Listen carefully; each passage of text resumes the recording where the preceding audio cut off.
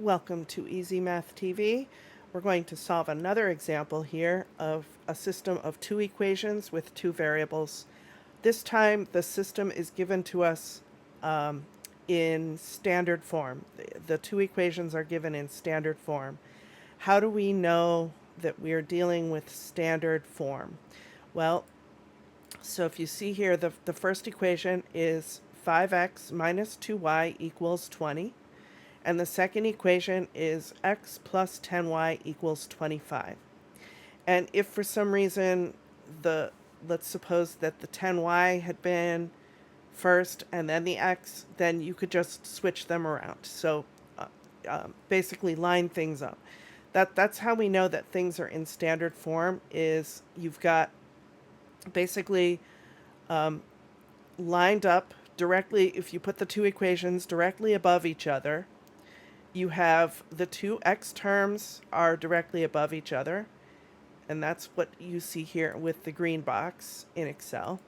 And the two y terms are directly on top of each other, and those, both the x and the y, are on the same side of the equal sign. So that is your clue that your equations are in standard form, is when the x and the y are on the same side of the equal sign. And then on the other side of the equal sign are what we call the two constants. So you have your x column, your y column, and your constant column. That allows us to use a method for solving that involves matrix operations. So we're gonna have Excel do all the work for us, so we don't have to. All right. I'm also going to point out that it's very important to use the correct signs in front of your numbers, and to recognize that when there is no number in front of a variable, it's assumed that it's a 1. So the x in the second equation is a 1x. So we're going to need that 1 that's in front of the x. All right. We will not need to actually use the variables x and y. We're just interested in the numbers that are in front of x and the numbers that are in front of the y. Okay. So let's take this step by step.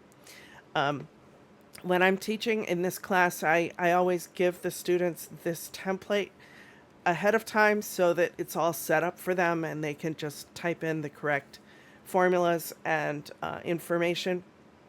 But you'll want to get this set up for yourself. So I left column A alone just because I like to have some space, on the left side of the document. It's just something I like to have.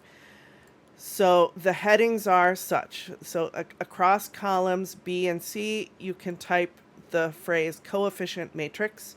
And the way I did that is I went up here on the home tab. You have this format called merge and center. So you can merge and center those cells across B1 and C1 so that you see the entire heading there. And also understand that everything that you see in this block that I've highlighted here, from B2 to and then C2 and then B3 and then C3, those are going to be our coefficients. Those are the numbers that are in front of x and in front of y. And you'll notice that I've identified the two columns here. So column B is my x coefficients, and column C is my y coefficients. So literally the only thing that we have to do is carefully look at the two equations and identify what is the coefficient of x in both equations and what is the coefficient of y in both equations. So I'm just going to type them into the yellow highlighted cells here.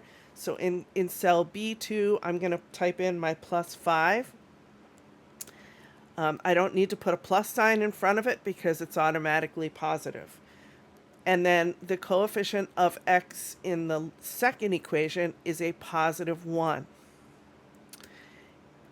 That that needs to be a number. We need to put a number in there. You can't put the x, you put the number that is in front of the x. And whenever you see a variable by itself, like I said, when you see a variable with no number in front, if there's no coefficient, then it's assumed that it's equal to 1. Let's go up to C2. So this is our y column now. So now we're looking at the two numbers that are in the orange colored column. So the first coefficient of y is a negative 2, and the second coefficient of y is a positive 10. Okay, so that is called our coefficient matrix. The numbers in front of x and the numbers in front of the y's. Let's go ahead, let's skip these two. Columns D and E is going to be a new Excel formula that I'm introducing you to. It's called the inverse, matrix inverse. So we have to calculate that. We'll do that in a moment, but let's put our two constants in. So the constants are on the right-hand side of the equal sign. You want to make sure that they are, in fact, on the opposite side of the equal sign from the two variables. If they're not, you'll want to move them over, and that will cause a sign change. So in this case, they're both positive numbers, so we're just going to type the 20 and the 25. So those are our constants. So just make sure that they are on the opposite side of the equal sign before you type them into these two cells, F2 and F3. Okay?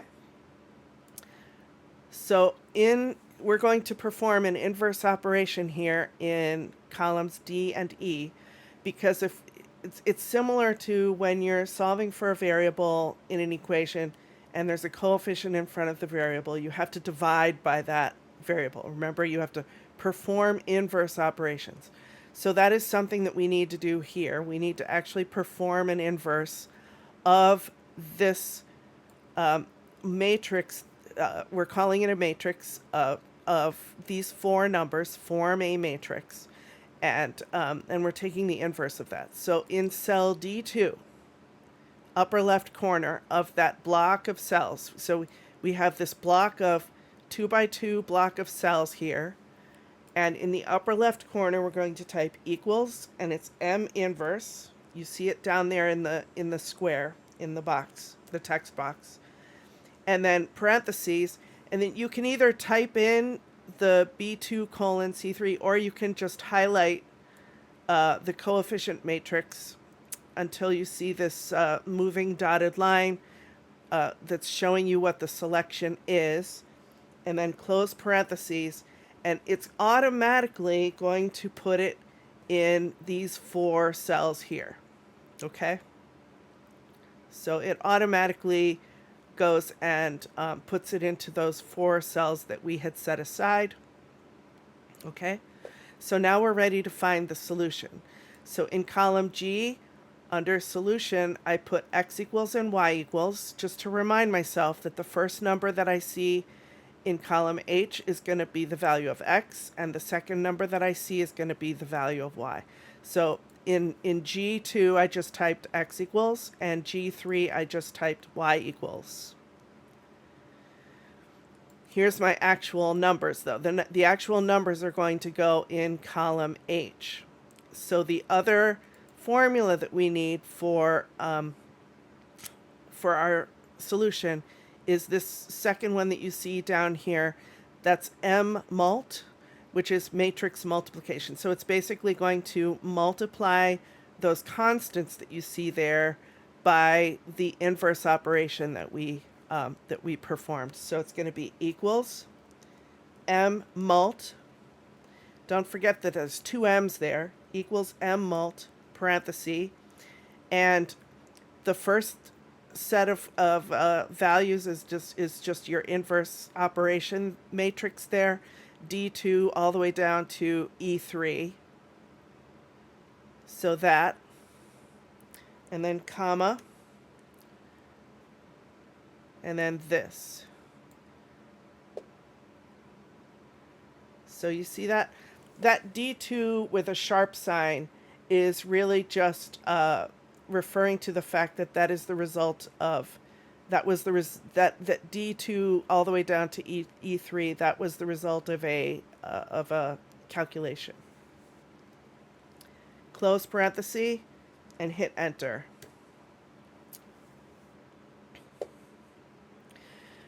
So the solution is not a nice integer. They're not nice whole numbers, which is fine. I mean, that's real life. Real life, you don't get nice whole number integer answers to things.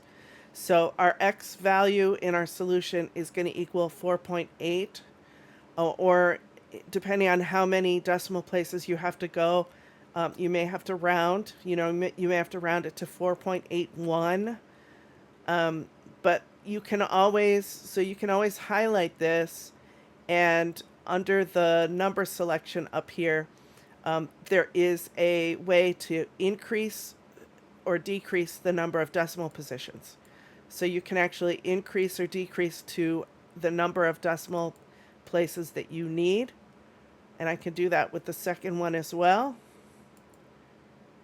So let's say that we want 2 decimal places. So I'm going to round it to 2 decimal places. Okay? And there's my solution. X equals 4.81 and Y equals 2.02. And that's your solution to the system of equations when that system is given to you in standard form. Okay? Like, subscribe, comment down below, share these videos with other people if you think they'll find them useful. So that's another way to solve systems of equations using technology. See you in the next video.